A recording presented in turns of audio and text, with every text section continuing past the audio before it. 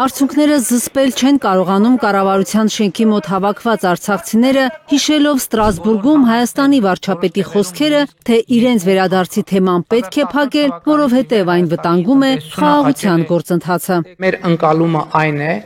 որ մեր եւ միջազգային հանրության աջակցությամբ Ղարաբաղի փախստական մեր հայրենակիցները պետք է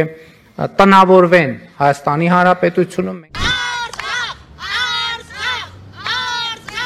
Արցախ վանկարկումներով են կառավարության շենքի մոտ հավաքվածները հակադարձում Փաշինյանին։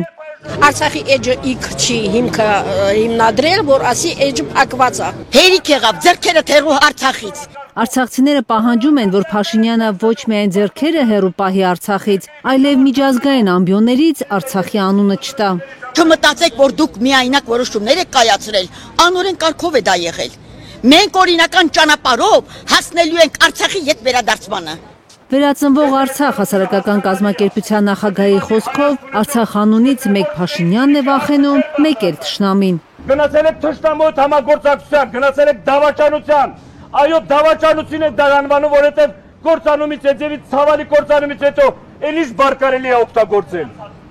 Այստեղ հավաքվածները վստահ են, եթե փոխվի Ադրբեջանի հետ բանակցողը, արցախցիների իրավունքների հարցերը նորից մտնելու են բանակցային օրակարգ։ Եթե Հայաստանի իշխանությունը 7 կողպեքի տակ է պահում Արցախի հարցը, միջազգային հանրությունն ավելի բաց է, չմոռանալով արցախցիների իրավունքների վերականգնման հարցը։ Ալեն Սիմոնյանն ասում է, ինչ առևտուր կանենք։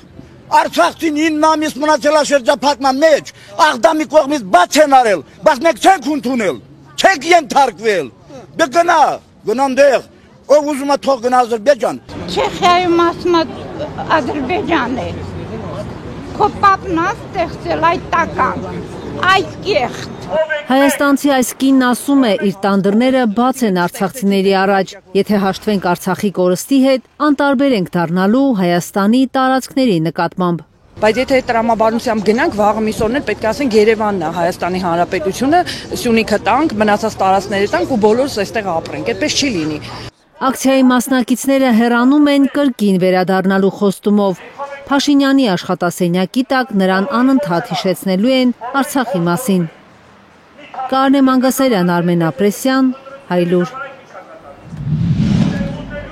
Հայաստանում ու աշխարհում տեղի ունեցող իրադարձությունների մասին առաջինն իմանալու համար բաժանորդագրվեք մեր ալիքին, սեղմեք զանգակը, որ բաց չթողնեք ամենահրատապը, կարևորն ու հետաքրքիրը։